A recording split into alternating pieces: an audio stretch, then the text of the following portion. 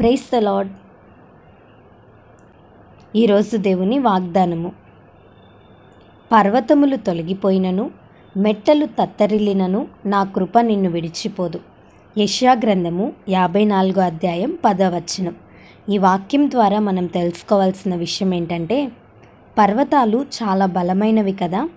ఒకవేళ అవి కదిలితే మనుషులమైన మన సంగతి ఏమవుతుంది అంటే, పర్వతాలు లాంటి పరిస్థితులు మన జీవితంలో ఎదురైనా మనం భయపడాల్సిన అవసరం లేదంట. ఎందుకంటే దేవుని కృప మనతో ఉంది.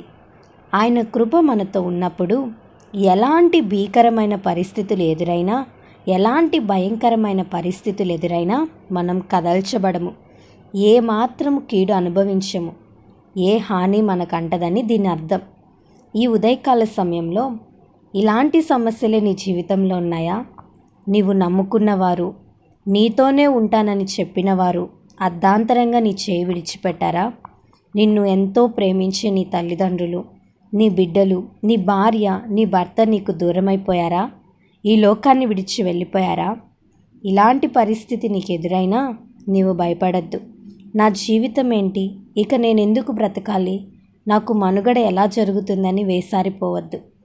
అలా దిగజారిపోయిన పరిస్థితులలో కూడా దేవుణ్ణి ఆశ్రయించి మరలా వారి జీవితాలను బాగు చేసుకున్న వారు ఎంతోమంది ఉన్నారు.